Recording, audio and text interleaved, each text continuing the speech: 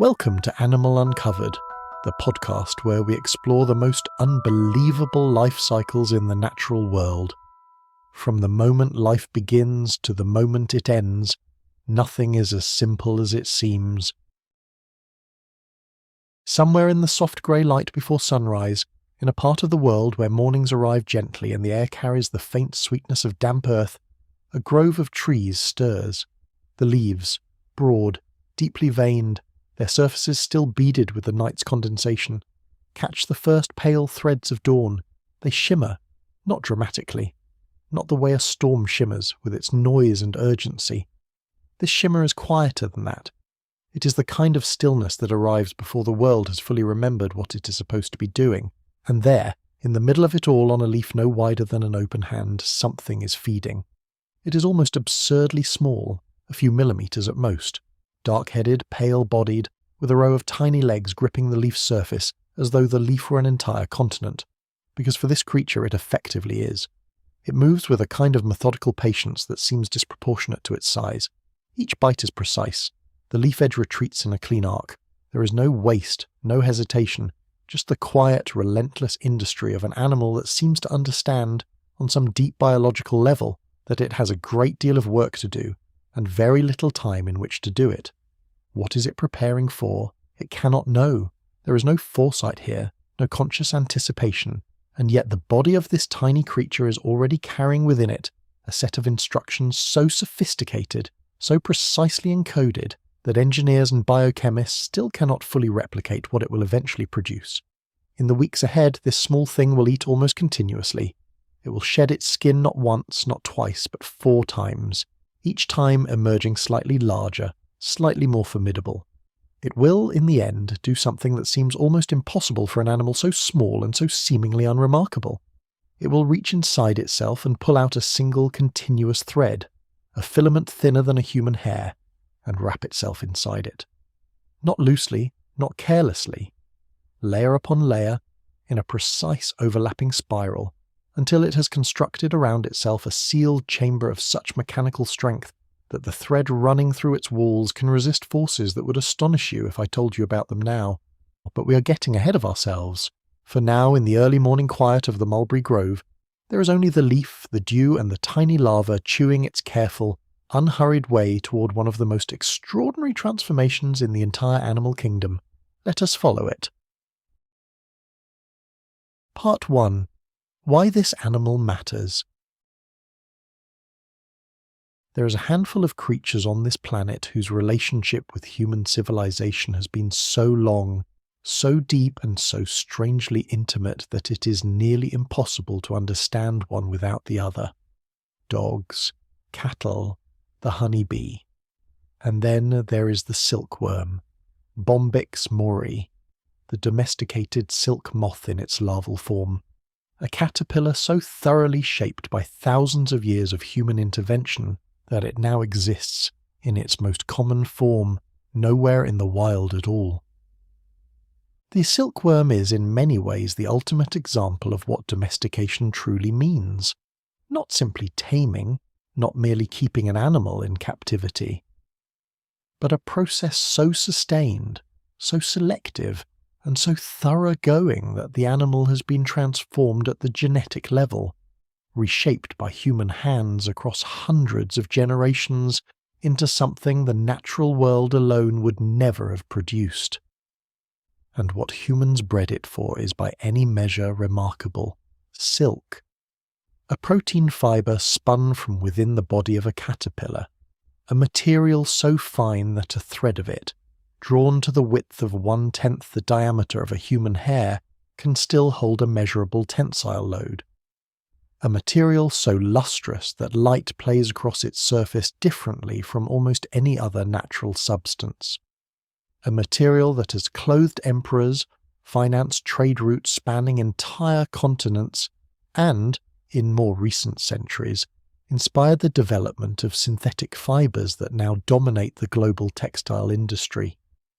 All of it begins with a caterpillar that cannot fly, cannot survive in the wild, cannot feed itself on anything other than the leaves of one specific genus of tree.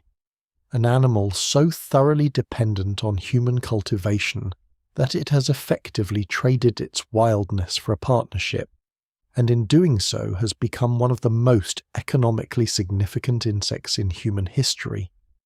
But this is not simply a story about economics, it is a story about biology, about metamorphosis, one of the most dramatic and bewildering processes in the natural world.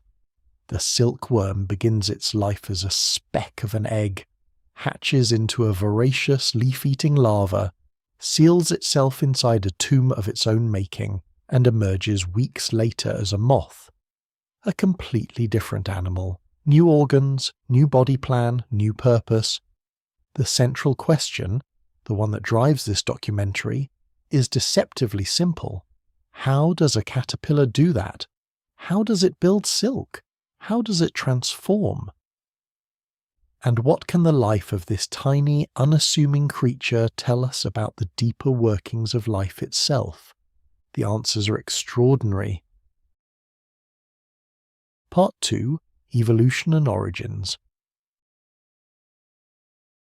To understand the silkworm as it exists today, we need to travel back, not just centuries but millions of years, to the evolutionary pressures that first produced the capacity for silk production in insects. Silk, in the broadest sense, is not unique to Bombyx mori. Spiders produce it. Certain flies, beetles, and bees produce variations of it. Even some primitive insects produce silk-like adhesive secretions. What makes the silk moths, the family Bombycidae, and more broadly the order Lepidoptera, distinctive is the specific combination of glands, proteins, and behaviors that produce the kind of silk useful for encasing a pupa in a protective cocoon. The ancestors of today's silkworm moths were producing rudimentary silk cocoons long before humans arrived on the scene. The evolutionary logic is straightforward.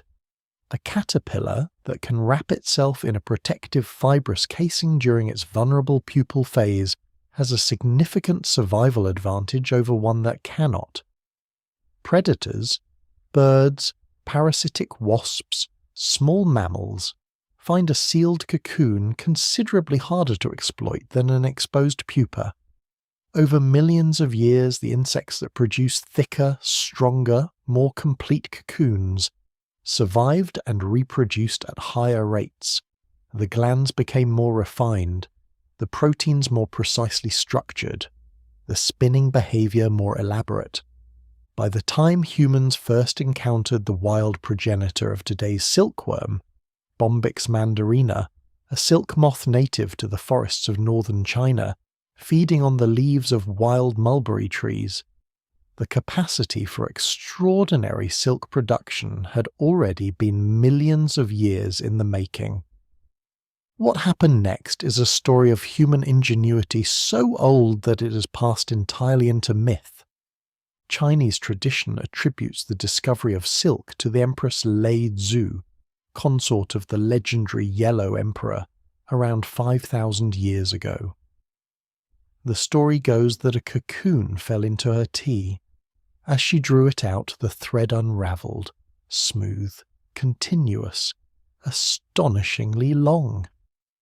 Whether the legend is literally true matters less than what it reflects. The realization, thousands of years ago in the Yangtze River basin, that the thread wrapped around a silkworm's cocoon was not just remarkable, but potentially transformative. The process of domestication that followed was gradual, and is estimated by archaeologists to have begun somewhere around 3000 BCE, though some evidence pushes this estimate back further still. Chinese farmers began selecting silkworms based on specific desirable traits: higher silk output, heavier cocoons, a reduced tendency to wander from their feeding trays, tolerance of close confinement. Generation by generation, these traits were amplified. The insects that wandered too far, that produced thinner cocoons, that showed too much independence, contributed fewer offspring to the next generation. Over thousands of years, Bombyx mori was born, not exactly in a single moment, but as the accumulated result of countless deliberate choices made by generations of farmers who may never have articulated what they were doing in scientific terms, but who understood it intuitively. The differences between the domesticated silkworm and its wild ancestor Bombyx mandarina are profound. Wild silk moths retain the capacity for flight. Bombyx mori adults have vestigial wings, present but effectively non-functional. Wild moths exhibit strong avoidance behaviours. Domesticated silkworms sit placidly in shallow trays and feed. Wild moth larvae are darker in colour, providing camouflage. Domesticated larvae are pale, almost white, with no particular need for concealment since they have no predators in the controlled environment of a sericulture facility. Wild moths seek diverse food sources. The domesticated silkworm is so specialised that it will starve rather than eat anything other than mulberry leaves. This last point is important. The domestication of Bombyx mori created an insect of extraordinary productivity, but equally extraordinary dependency. It exists today in a kind of metabolic covenant with humanity. We provide the leaves, the warmth, the trays, it provides the silk. Neither thrives without the other. From China, sericulture, the cultivation of silkworms for silk production, spread slowly and secretly. For centuries, the Chinese guarded the knowledge of silk production with remarkable ferocity. Export of silkworm eggs or mulberry seeds was, at various points in Chinese history, punishable by death. And yet knowledge, like water, finds its way through the smallest cracks. By the 4th century CE, the practice had reached Korea and Japan. By the 6th century, Byzantine monks are said to have smuggled silkworm eggs out of China, hidden inside hollow walking staffs. Sericulture reached Persia, then the Mediterranean, then Europe. The animal, in following human trade routes, shaped them in return. Part 3. The Life Cycle.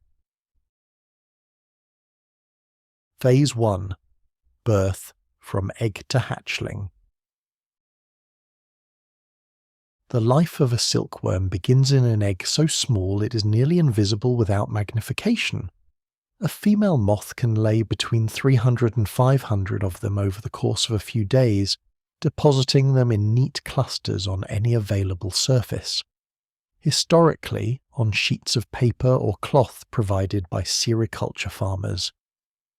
Each egg is roughly the size of a pinhead, oval, slightly flattened, and pale yellow or grey-green, darkening to a deeper grey or violet as the embryo within develops. Inside the egg, in a process taking between 10 and 14 days at typical incubation temperatures, a larva forms from a single fertilized cell.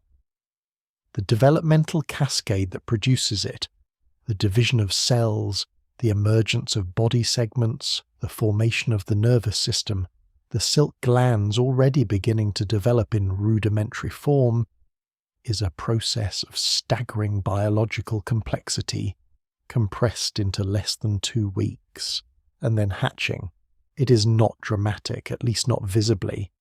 The tiny larva, barely 3 millimeters long at this stage, dark-coloured with a distinctive small horn projecting from its tail end, chews its way through the eggshell, emerges into open air, and immediately within hours of hatching begins to eat. The hunger of the newly hatched silkworm is not metaphorical. It is biological imperative made manifest. This creature's entire larval existence is oriented around a single overwhelming priority, the accumulation of mass. To produce the silk it will eventually spin. To power the metamorphosis it will eventually undergo, it needs raw material, and that raw material comes from one source only: mulberry leaves. Phase 2. The larval phase. The larval phase of the silkworm is divided into 5 stages, called instars, separated by periods of molting, the shedding of the skin. Between molts, growth is rapid and continuous. At the moment of molting itself, the silkworm enters a brief and curious period of stillness, lying motionless for between 12 and 24 hours as a new, larger skin hardens beneath the old one. Then the old skin splits, the larva struggles free, and the cycle of eating resumes. The progression is remarkable in its speed. By the end of the first instar, the larva is already noticeably larger. By the second, it is beginning to develop its characteristic appearance. Pale, plump, with clearly visible body segments, and those small paired appendages called prolegs gripping whatever surface it rests on. By the third and fourth instars, it is consuming leaves at a rate that, scaled to its body weight, would be extraordinary in any mammal. In the fifth and final instar, the larva's last larval stage before it begins to spin, consumption reaches its peak. A mature fifth instar silkworm can eat several times its own body weight in mulberry leaves within a single week. The leaves themselves are chosen with a specificity that borders on the obsessive. Bombyx mori larvae will accept leaves from several species within the genus Morus, white mulberry, Morus alba, in particular, being the preferred and most cultivated variety. The chemical compounds in mulberry leaves, including a specific volatile compound called cis-jasmoni and the alkaloid deoxynogyramycin, appear to trigger feeding and settling behavior in silkworm larvae. In essence, the scent of mulberry is the silkworm's signal that it is in the right place, eating the right thing. Through this long larval period, the silkworm is not without vulnerabilities. In the wild, or in the era before industrial sericulture created near-sterile rearing conditions, young larvae were prey for parasitic flies and wasps that would lay their eggs in or near the caterpillars, the resulting parasitoid offspring consuming the host from within. Birds and small mammals would take larger larvae. Bacterial and fungal infections, particularly muscadine, a fungal disease that mummifies infected larvae in a crust of white or green spores, could devastate entire populations. Temperature extremes, drought, flooding that destroys mulberry plantations. The silkworm's world, despite its smallness, was subject to large and often lethal disruptions. Over its entire larval life of approximately 25 to 30 days, the silkworm increases its body mass by roughly 10,000 times, from a speck of a few milligrams at hatching to a plump finger-length larva of 3 to 5 grams at the end of the fifth instar. In growth rate terms, this is one of the most dramatic expansions seen in any insect larva.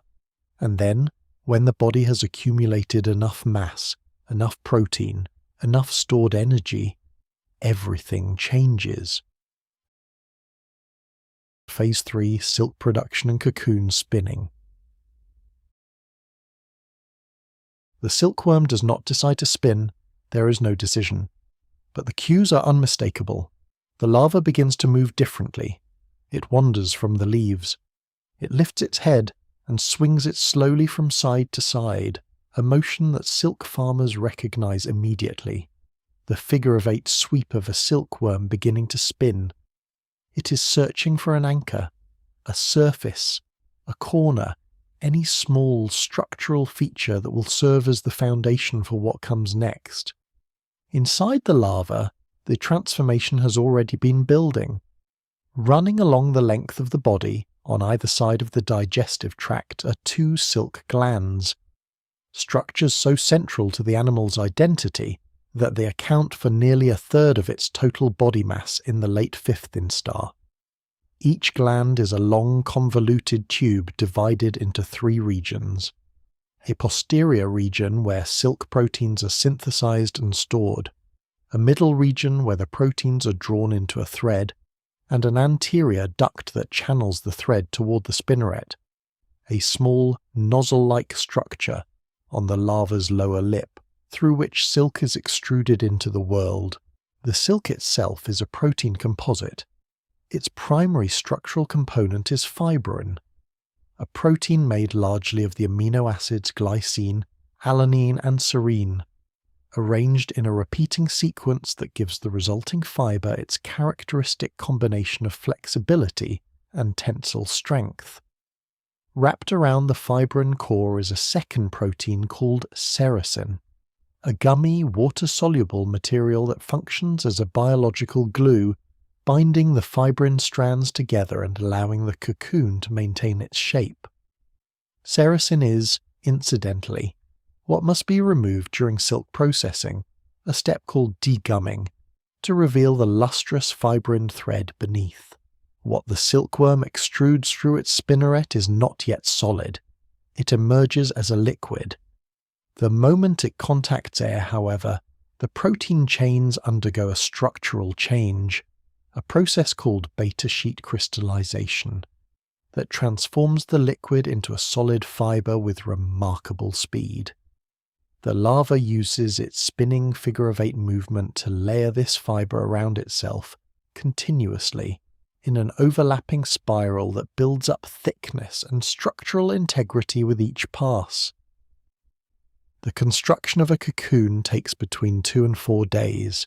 During this time, the larva spins without stopping, extruding between 300 and 900 meters of continuous silk thread, some exceptional individuals producing threads exceeding 1,500 meters. Think about that for a moment. A single animal, no larger than a human finger, producing a fiber more than a kilometer long from within its own body.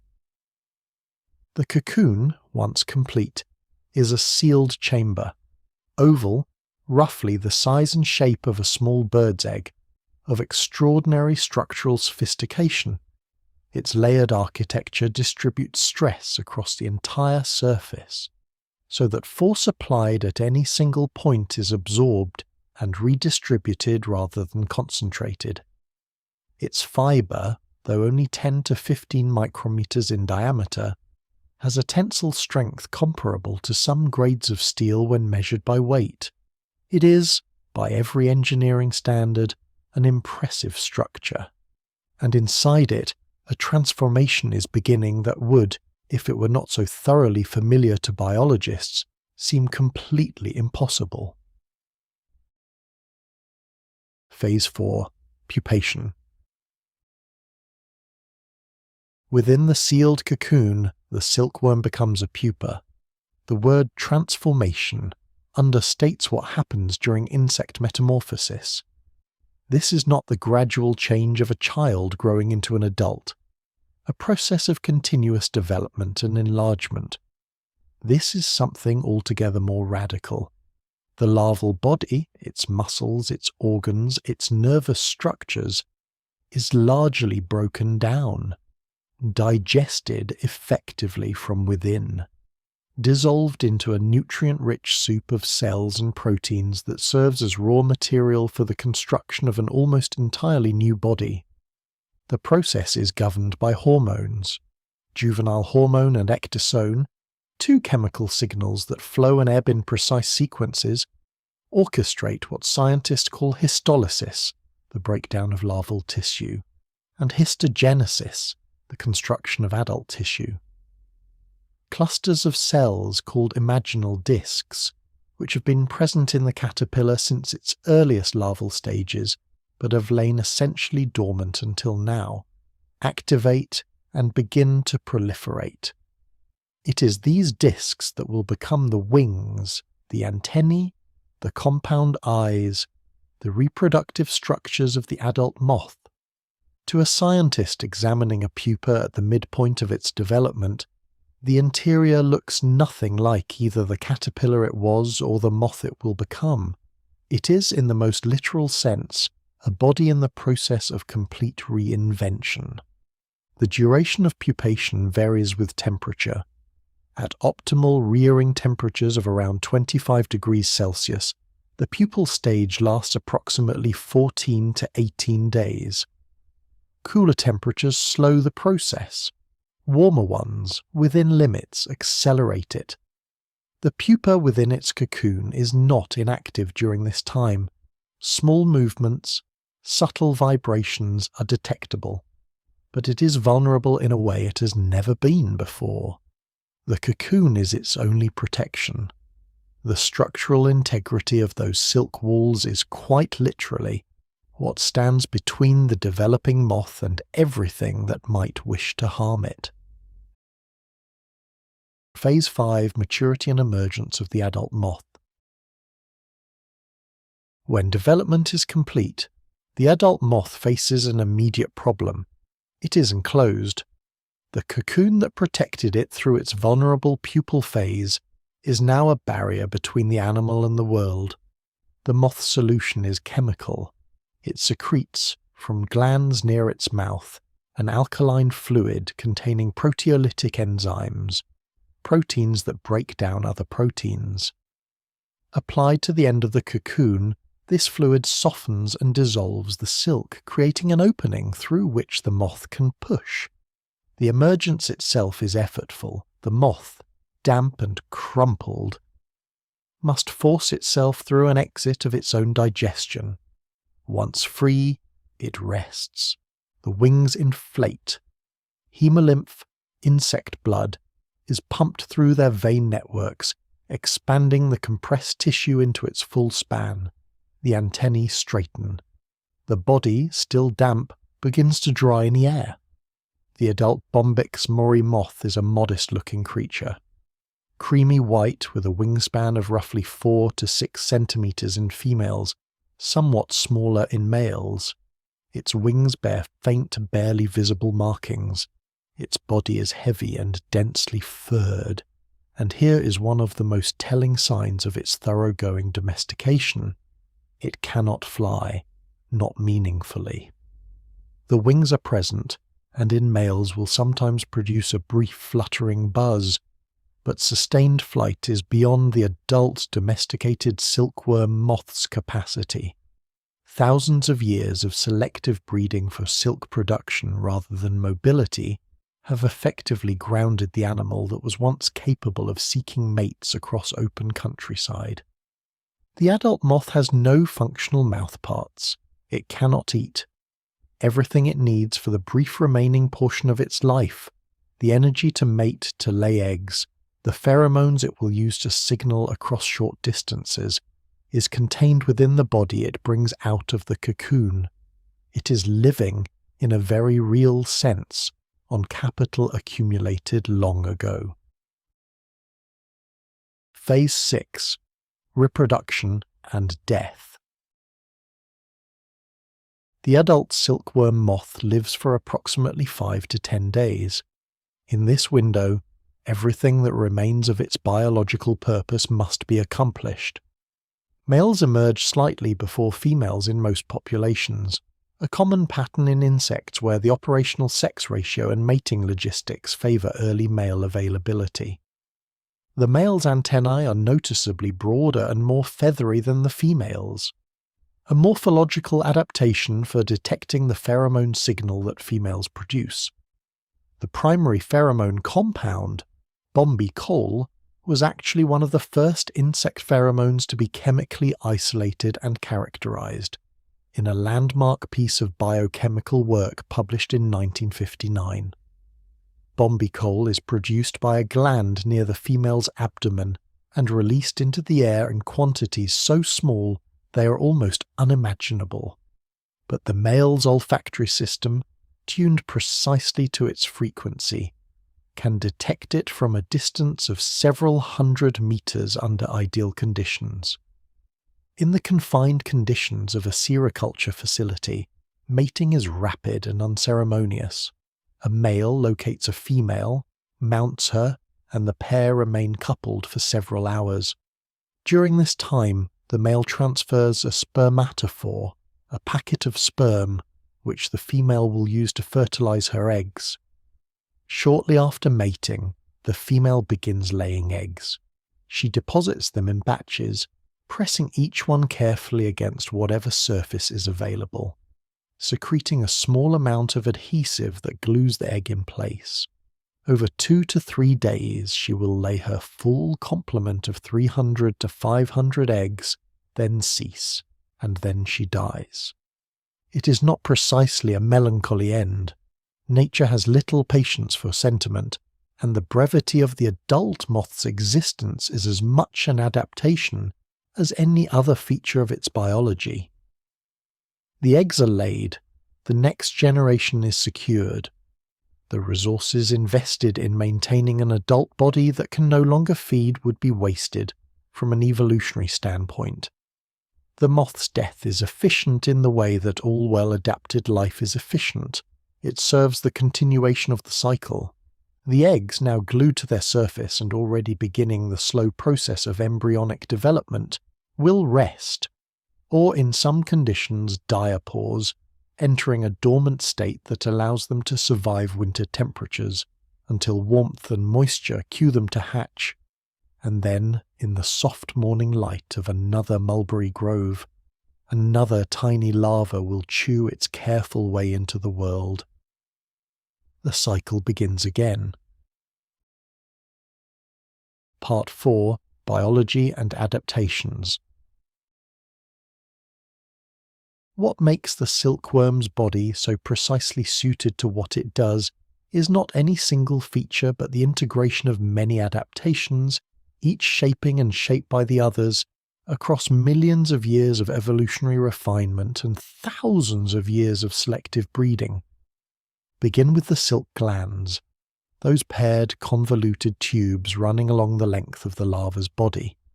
At peak activity, in the late 5th instar, they are enormous relative to the animal's body size, accounting for as much as 25% of its total mass.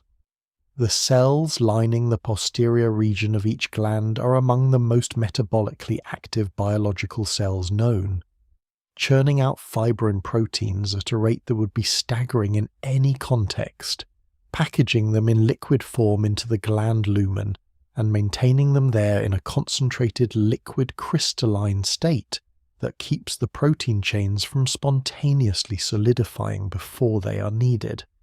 The transition from liquid to solid occurs at the spinneret, a structure of remarkable elegance.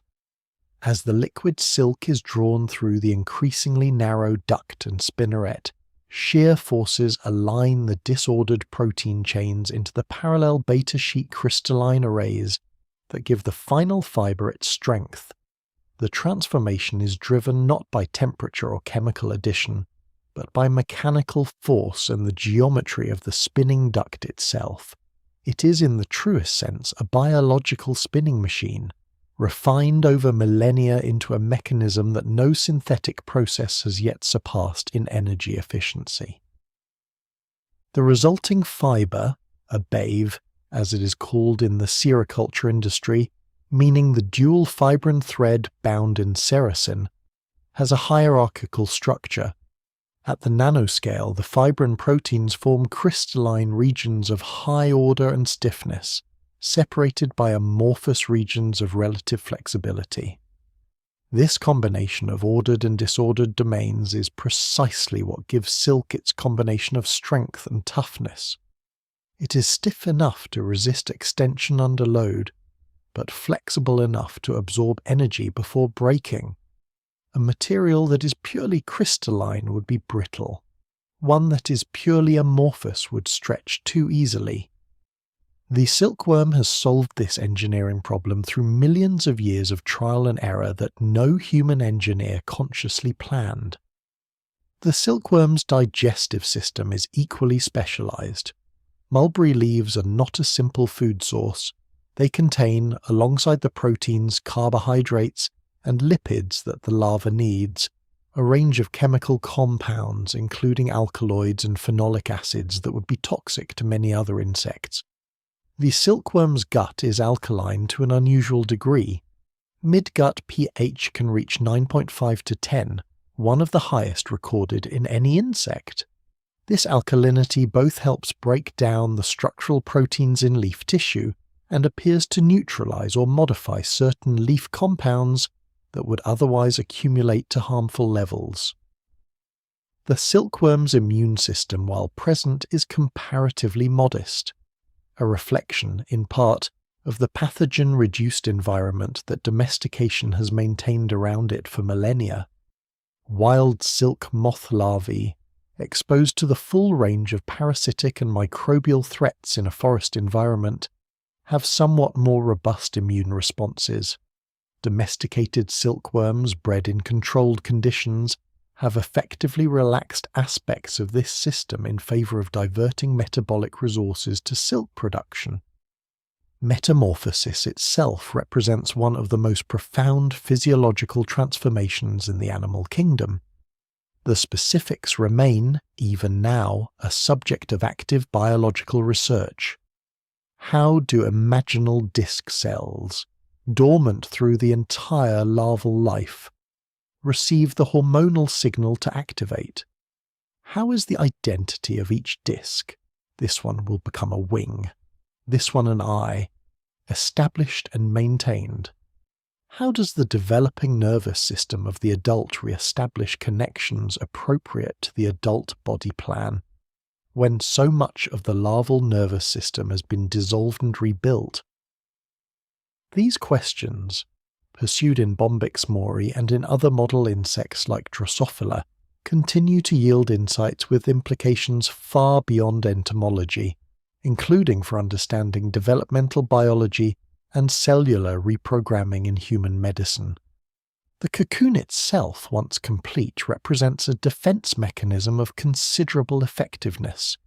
Its layered structure resists penetration. Its chemical composition, the sericin gluing the layers together, makes it resistant to desiccation, and its oval geometry minimizes surface area relative to internal volume, reducing the likelihood that any one point of attack will compromise the whole. Parasitic wasps, which can detect the chemical signatures of pupae through other materials, are the cocoon's most persistent challengers. Some species have evolved ovipositors long enough and strong enough to penetrate silk walls. But for most predators, the cocoon represents a barrier too time-consuming to breach when easier prey is available. Part 5. The silkworm in its ecosystem. It is easy, given the silkworm's intimate association with human industry, to forget that it is an animal with an ecological role, or rather, that its wild ancestor had an ecological role that shaped its biology long before any human being reached for a fallen cocoon. In the forests of northern China, where Bombyx mandarina still lives today, wild silk moths are herbivores of the mulberry tree family. The relationship between these caterpillars and their host plants has the character of all herbivore plant relationships, a slow, sustained arms race played out across evolutionary time. Mulberry leaves produce secondary compounds, the alkaloids, tannins and phenolics mentioned earlier, partly as defences against precisely this kind of feeding. Wild silk moth larvae, in turn, have evolved digestive and biochemical mechanisms to cope with those defences. Neither side wins decisively. The relationship persists. As consumers of mulberry leaves, wild silk moths occupy a position in the forest food web that connects plant productivity to the animals that eat them. Birds, particularly species like cuckoos and various flycatchers, take larvae from leaves. Parasitic wasps lay eggs in caterpillars and cocoons. Ants harvest eggs. Small mammals, including shrews, will take larvae or pupae if they encounter them. In this web, the silk cocoon itself has an ecosystem function beyond protecting its occupant. Failed cocoons, those whose moths have died before emergence, or whose inhabitants have been successfully parasitized, become available as a food source for scavengers. The sericin in the cocoon walls is a protein-rich material that various invertebrates will consume. Even the empty cocoon, after a moth's emergence, may be colonized by small organisms exploiting the residual organic material within. The domesticated silkworm, removed from all of this, exists in an ecosystem that is human-made and human-maintained. Sericulture operations create their own biological environments, mulberry plantations that support specific insect communities, the biological waste of silkworm rearing, frass, dead larvae, shed skins, that enriches soil, the commercial transport of cocoons that has, historically, also transported associated organisms to new regions. The silkworm has, in a sense, traded a complex forest ecology for a simpler but more stable human-managed one, and in doing so has become vastly more numerous than any wild silk moth population could sustain. There is a larger ecological story embedded here too. The mulberry trees cultivated for sericulture support pollinators, provide structure and shade, build soil carbon, and offer habitat for a range of organisms beyond the silkworm itself. Where sericulture exists as a cottage industry, smallholder farmers cultivating small groves of mulberry alongside other crops, it can contribute positively to local biodiversity in ways that large-scale monoculture cannot. The relationship between silkworms, mulberry trees, and the broader land use patterns of sericulture is ecologically complex, and its impacts vary enormously depending on scale and practice. Part 6. The Human Connection. The history of silk is, in no small measure, the history of human civilization at some of its most dynamic intersections of commerce, technology, diplomacy, and culture. For more than 2,000 years, silk moved from China westward along a network of routes that we now call, collectively, the Silk Road, though the name was not coined until the 19th century, and the routes were never a single path but a constantly shifting web of overland and maritime connections linking China to Central Asia, the Middle East, the Mediterranean, and eventually Europe.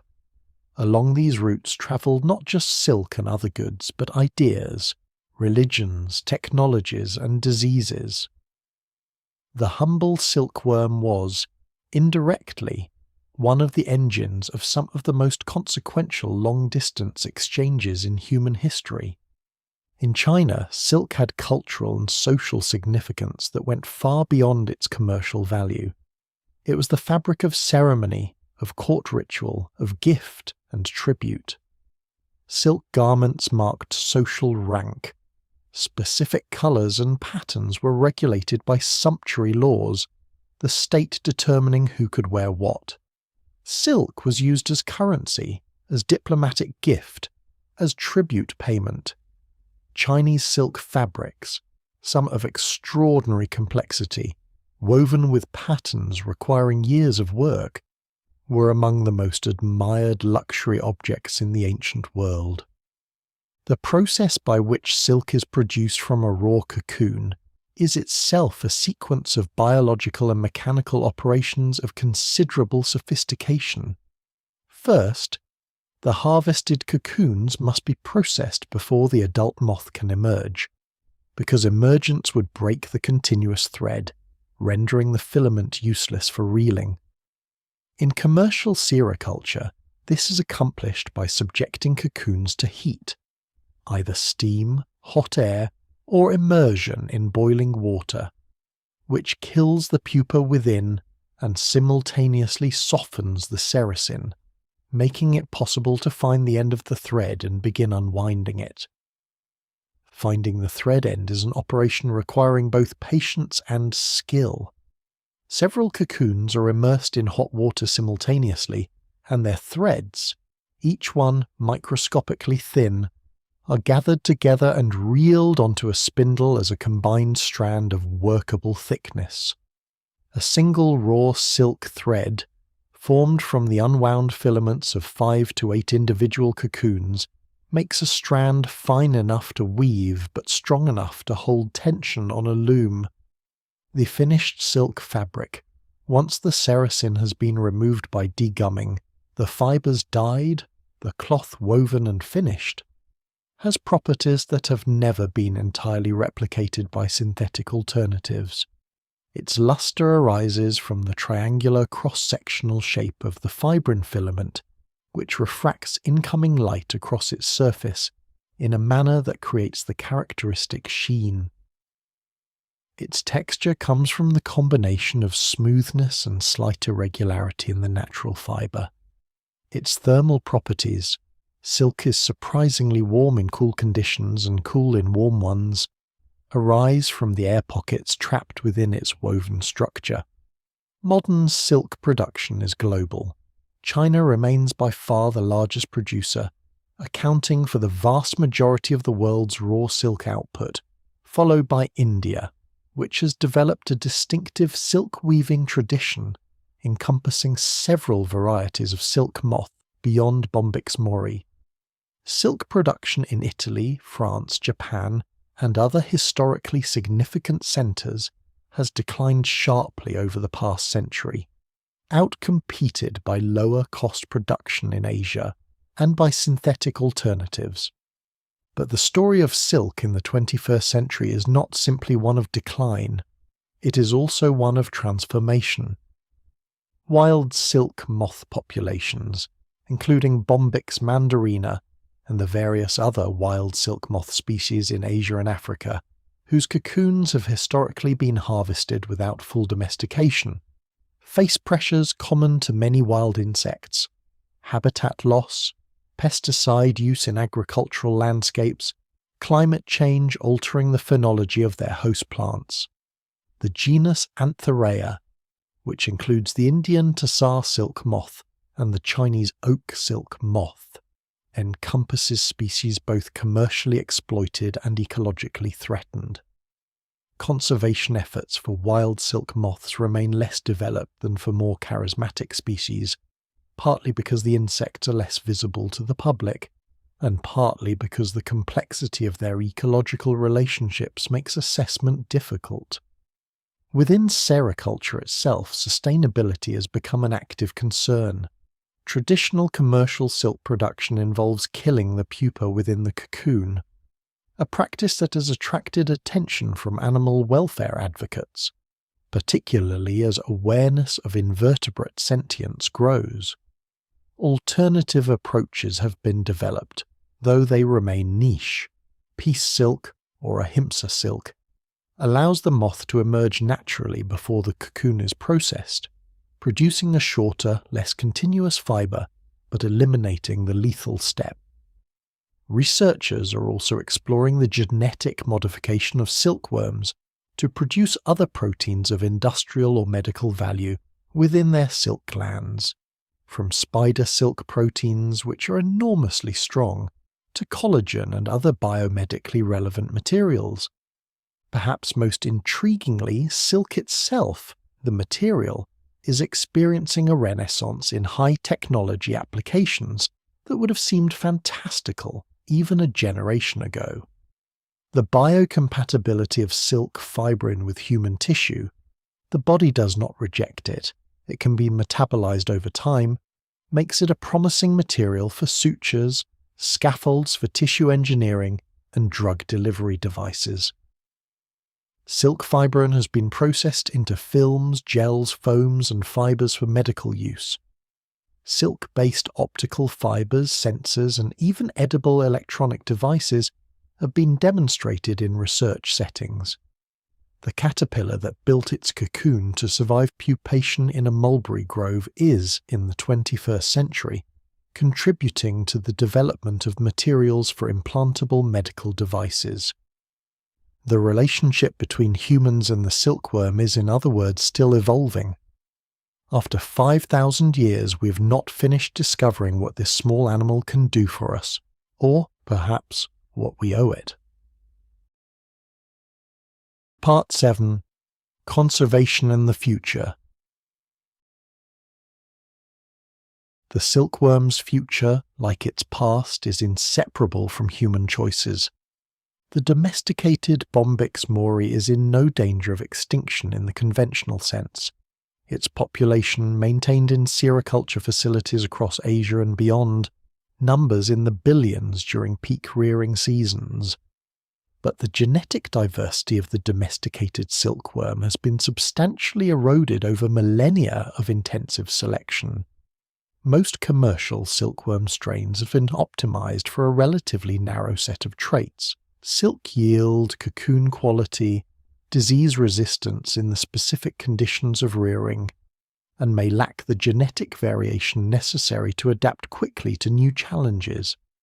Novel pathogens, changing climate conditions, shifts in the mulberry supply, efforts to conserve silkworm genetic resources, maintaining libraries of diverse strains, including strains selected for specific regional adaptations, are underway in China, India, Japan, and elsewhere.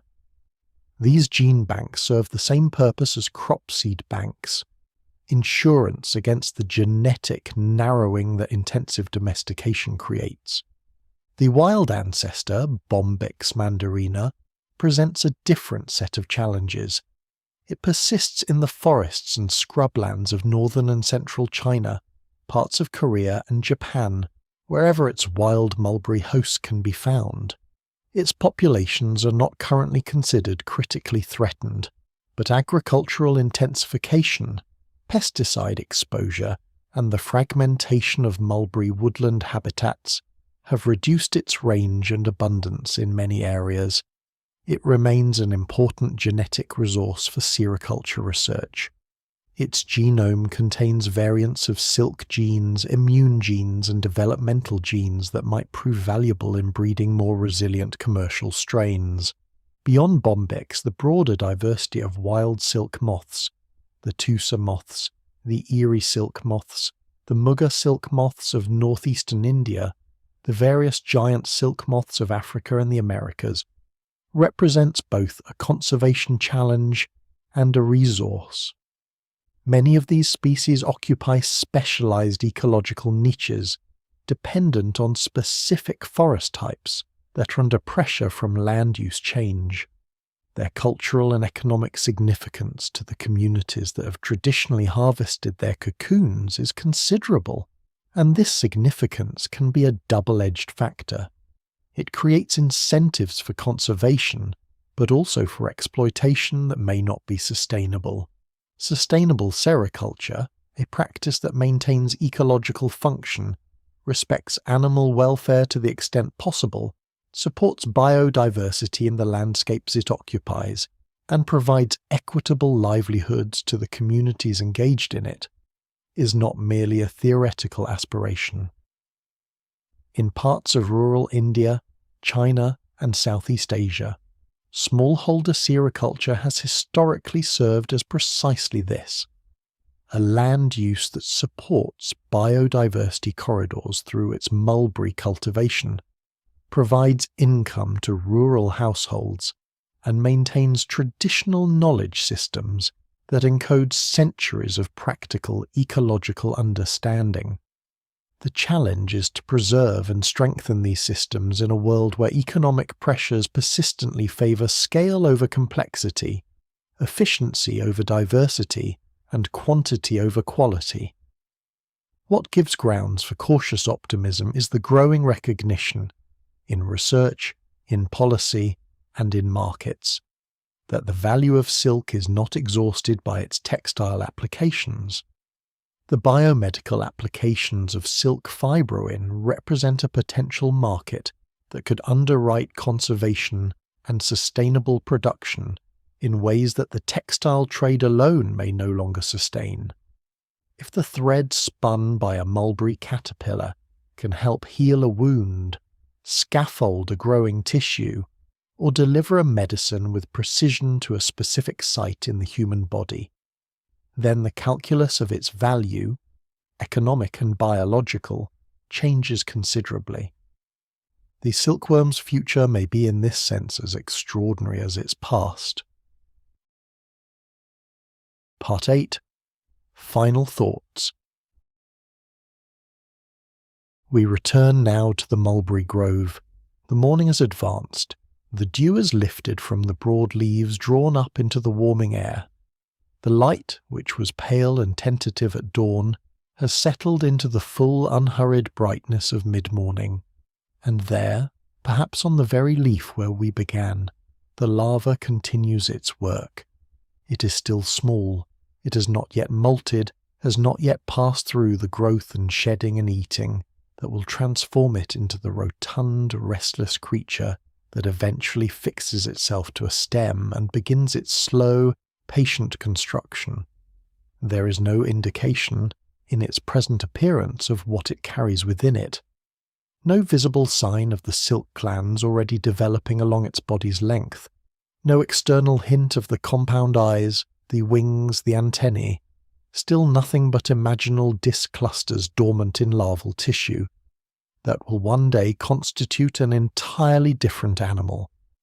What we have traced through the hours of this documentary is a life of extraordinary compression.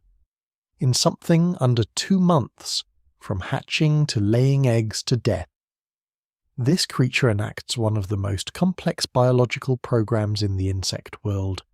It eats with an urgency that is almost meditative in its constancy. It grows beyond anything its starting size would suggest possible. It constructs, from within its own body, a structure of silk that has occupied human imagination and industry for 5,000 years. It dissolves itself and rebuilds itself into a new form. It emerges, mates, reproduces and ceases, having transferred everything necessary for the continuation of the cycle. Along the way, it has shaped civilizations. The Silk Road, that great artery of ancient commerce and cultural exchange, did not exist independently of this animal.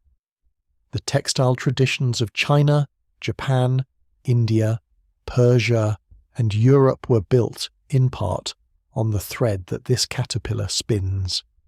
The fabrics that clothed dynasties, that served as the canvas for some of the most intricate weaving traditions in human history, that were traded for gold, for horses, for political alliances, all of it begins in the body of an insect barely larger than a fingernail, and it is not done yet.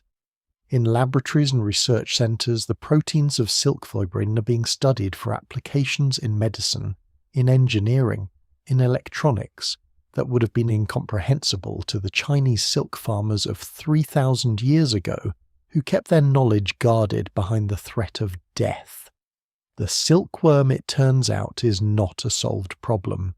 It is an ongoing conversation between biology and technology, between the natural world and the human one, between what this creature evolved to be and what we are still discovering it can become. There is something worth sitting with in the fact that one of the most useful materials in human technological history comes not from a mine or a chemical plant, but from a caterpillar on a leaf. That all the ingenuity of a civilization, all the looms and the trade routes and the court ceremonies and the biomedical laboratories, was initiated by someone noticing at some quiet moment long ago that a worm spinning its cocoon was doing something remarkable. It still is. In the mulberry grove, the leaf edge retreats in its clean arc. The tiny larva feeds on, patient and purposeful, carrying within it everything it needs to do what it has always done. The rest, as they say, is silk. If you enjoyed this episode of Animal Uncovered, following the podcast is the best way to support the show. And if there's an animal you want us to uncover next, leave a review or comment and let us know. Until next time.